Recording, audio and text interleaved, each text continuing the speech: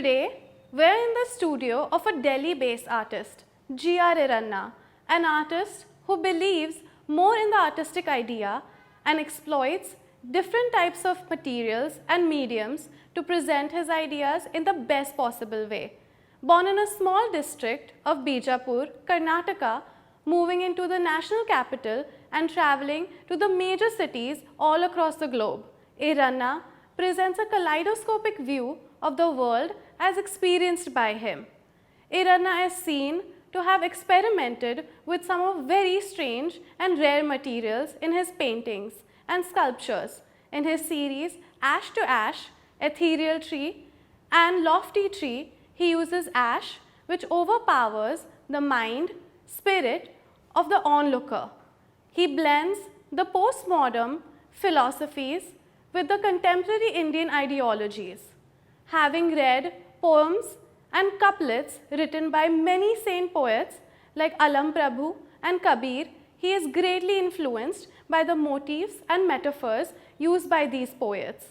One cannot ignore the deployment of different types of metaphors in his work. The use of ash, for example, is a symbolic of a fragility of human existence and hollowness of the current society which overflows with ego, violence and a power struggle. The metaphor of a tree in his work embodies life in its silence, its stillness and meditative quality. So let's learn more about his works, his life and his journey. Thank you.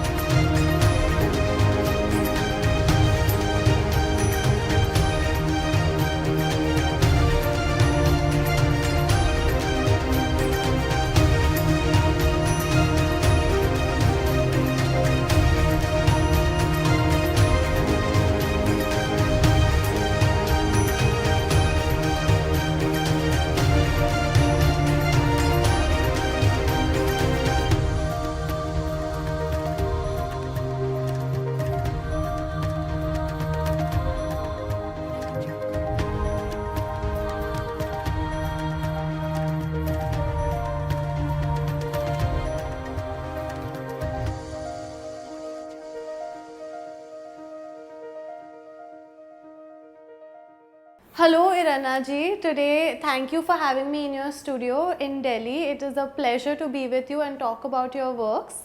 So thank you so much. And thank you so much, Asma. I think it's good to see you again.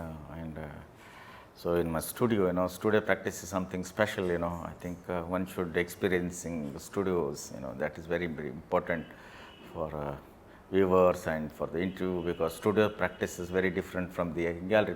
Maybe with what you see in the gallery. Definitely, that is very true. And so, I have read a lot about you and I have seen a lot of your works over these years. And could you tell me a little bit about your journey? You grew up in an ashram and then you moved on to, finishing your studies in, starting your studies in London. So, what was your journey like? Yeah, I think when I was a child, must be around 5 years old, my father was put me in ashram because I was not good into study, because I was so much diverting my studies, I was not able to concentrating my focus on my study.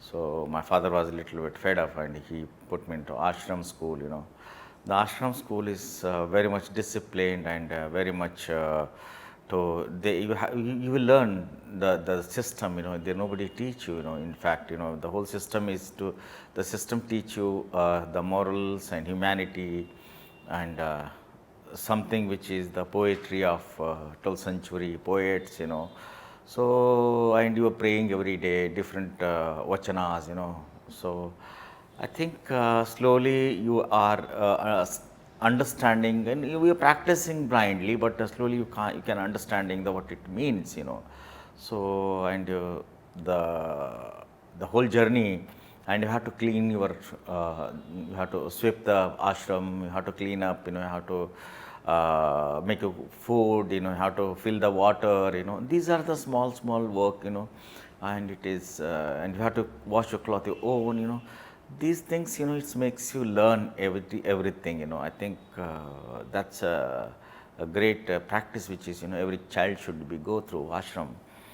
And when you use that, even in London, the whole, I think we are the, I think I feel I'm very lucky to be in a, being in Indian soil, because the type of journey I have been carried, so I'm the one to be, to lucky one to be carry that journey, which is spiritual experiencing, and something like, you learn less from the teaching than your experience, because experience gives you a lot of dimension, and to allow you to learn and allow you to create, because experience is more important. Because when you somebody teaching, that's just little bit narrow, but when you're experiencing and you're discovering something new, I think that gives you more wider angle, so that's why, even when we are child, I used to make my own toys, nobody told me that, how to make your toys, and there is so many, the failure, success, end of the day you make it success 2-3 days, 4 days, for a month, you put on all your effort. So you successfully sometime you create your mechanical train, trucks, plus what surround you, what you see, you try to make it in the toys, I think that makes you more creative person, and because, the today's children are all buying from the ready-made toys, and they don't know how it mechanism, the only knows, put the battery and they run. But for us, it was not that like that. We used to create our own. So that practice, always mm, search and challenging the most of the time, to bring that level, I think this type of journey, which is very, very important, I have been experienced. So then you said, when you go to London.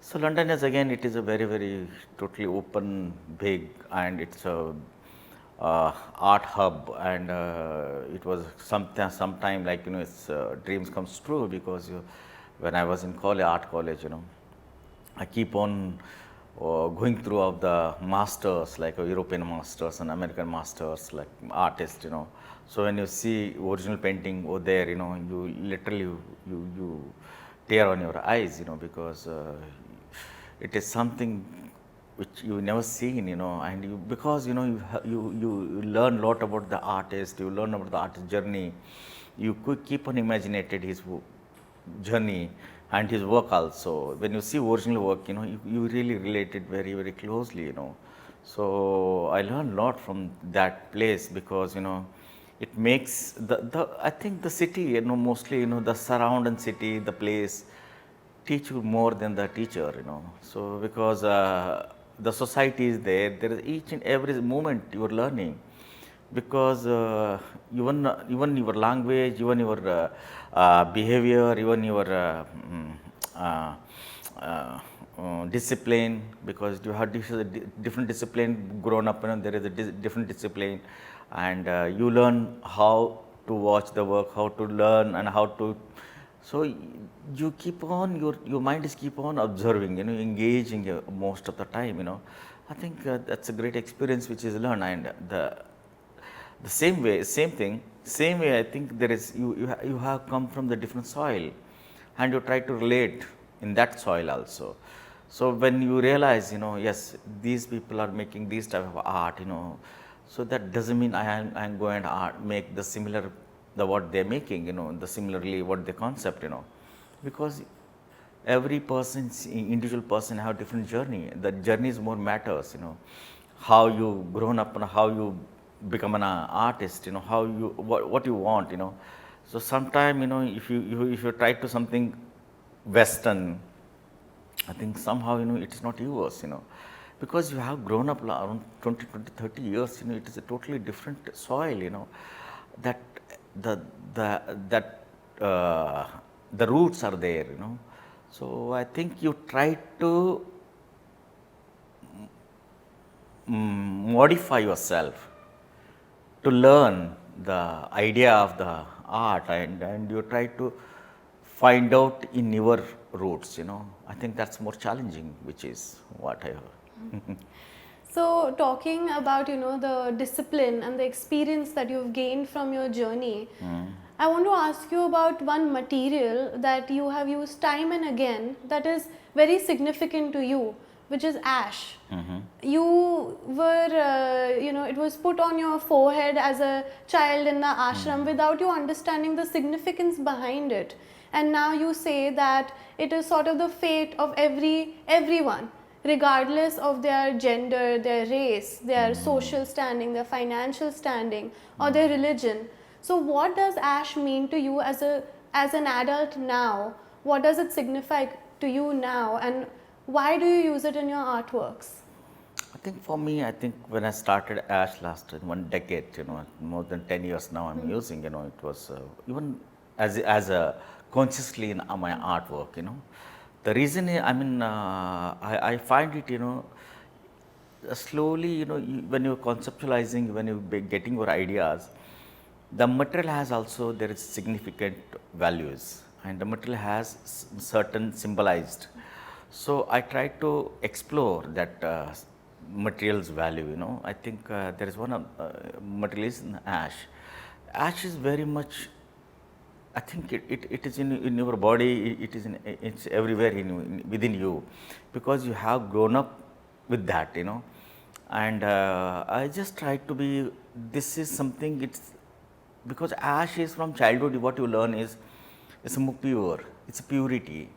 The purity means, like, you know, whenever the person dies, whenever whatever it's born, you know, whoever the person is dying, or maybe he's a murderer, maybe he's a good man, bad man, but end of the day it's called holy ash, you know. So look at the purity, look at the metaphor, how it changes, the idea has been changed, you know.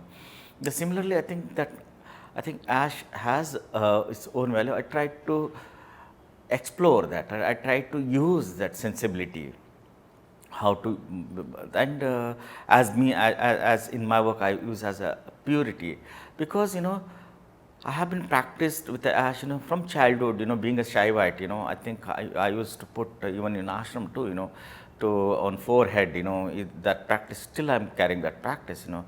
And when you are a child, you know, you don't know why you're putting, and you are just, it says something, it's pure, you know. When you're putting, you know, ash, you know, it makes you more pure, you know, makes you more spiritual, it makes you more focused, it makes you more not to do something wrong thing, you know. You have to, when you put it, you know, on that, you know, you sometimes you maybe it is by scare, by there are so many reasons, but end of the day, for that, you know, at least you don't do any bad work, you know. So I think that's the idea which is built up in your mind, you know. So that purity always you are carrying. So in that case, you know, I think the ash becoming more pure, you know. So when I'm using in my work, you know, I have been used in my surface, paperwork, on canvas, even I used on the sculpture too. So one of my work was in made it, you know, it's a huge, you know, 18 feet, the egg shape sculpture, which is called ash to ash, you know, and form and formless, you know. There is so because, you know, it was a form, the ash was a form. When it's born and it's become formless, and again I created a form out of that, you know. That the whole cycle I try to bring, and the particular that work in, you know, why I'm giving that particular work, because the ash used more significantly in that work, particularly because form and formless and the ash to ash, you know, it is not just giving a title, it's work. It is basically your life cycle too, you know. You don't know what you are, you know, last time, and you are what you don't going to be. But end of the day, you have been the 5 element of the earth, you know. You come from the dust, you're going to be the dust. That's the idea. That's the idea behind the form, and it is not. These are the stories behind one work, and when you create a work, and you don't see all those things. When you started creating communication with that work, or when you started feel that work, then you slowly started narrating these stories, because I'm telling you because I made it. Because I particularly made that one, it was in a very tiny room, and I created, the entrance was very tiny, because the purity always, when you see wherever you go to the temple, it's always the doors entrance always very small, tiny. That means you have to bend that, the somehow our ego has to keep side. You have to go egoless, you can't carry the ego. That's the one idea. The second, it suddenly when you entered and when you stand, it's a huge form, it's like a mountain, and it is overpowering you. It's a part of the idea how I create, it's overpower you, and there is tiny circle you can take around, and plus you can touch also. The moment it touch, it's the dust fall down, the dust keep on falling. This idea is, it looks so solid, it's a mountain, shape was so strong, but it's equally it's so fragile. I mean, you really experiencing a God. What the idea was I bring? The God doesn't mean there is any form. The God is something, it's a love and the solitary and power, that's I wanted to bring, And end of the day, it's made by ash, it's a formless. Again, it is, you don't see anything. It is something which is formless also, nirakar, where we use, that's the idea. It suits to that material, ash, I use that way. And talking about your materials that you use, I understand that your canvas is also not the regular canvas. You use some different kind of a canvas to, like, do you make your own canvas, or? Yeah, that's true. Actually, when I was in college, Delhi University, so College of Art. So I was so nervous to finding something which is, the artists are normally, you trying to find out something which is what you're looking for, Sometimes it's not pointing out, you are looking for this, but there is always the very nervous and very much to search, keep on search and discovering. I mean, because you try to get according to your nature, according to what you're looking for, according to idea, and you're looking for surface, you're looking for the idea, you're looking for the form, you're looking for so many things. And in college time, I used to go to the Old Delhi. That was the best time to spend. The Old Delhi is always, even today also, I enjoy Old Delhi. Every Saturday, Sunday, I used to go there and hang out there, alone. The best part, I normally go alone, because I'm not going for the holiday. I'm going for the search. I'm going for, it is something, it's inner search. It's looking something outside. So basically, what you search within you, what inside, you're looking out the similarly how it works in your ideas. So the same, I mean, I have been discovered so many material there, so many forms, there, so many found object. And one of the canvas also, when I went to Old Delhi, there was, they used the tarpaulin, tarpaulin which is cover the tracks, I think I find it's very interesting, it's very tough material. There is a stitches, the hooks and everything, and why can't use for the painting, Then I bought something. I think that was the day, I think until today, I'm still enjoying that material, because that surface gives you, every time I create a canvas, it gives a new dimension, new surface, new energy and new layers. I couldn't make a single canvas repeated, That's how it gives the joy in that material, So because it's so tough and you can handle very roughly, because what I like, and it gives you scale, large scale, huge scale, when you work the larger scale, and it's allow you to take more freedom. So because you can throw color, you can do anything, there is no sophistication, because the moment you get into sophistication, sometimes you conditioning yourself. There is no conditioning here. You get complete 100% freedom. And that's a material, given me allowed to work. Yeah, I totally understand the joy of randomly stumbling upon something and discovering something that you weren't particularly looking for, but then it worked out for you. Yeah. Yeah. It's work, and it is, Even I'm looking some different material as well, you know, but there is so many material entered in my life, and so many I left also. But this is the one I still not able to leave, you know, because it's a canvas in fact end of the day. But I don't call it as a canvas because it's totally different dimension. And because of the tarpaulin, I learned a lot. I have been working on paper also, creating the similar surface, because I put an ash, creating a matte finish. You know, the ash, you know, when you the direct painting on the paper and making a painting on the ash surface is a totally different dimension it gives. You know, because every the corner and every movement and every turn gives you new dimension and new ideas and new journey, and every moment you enjoy, you know. Otherwise, you know, I can't make a painting or a sculpture in my creative field to repeat myself, because it's really boring, you know. When there is no excitement, there is no new thing, I mean, how can you work, you know? That's why I think I keep on keep my open my mind and heart to allow any type of ideas and material, you know.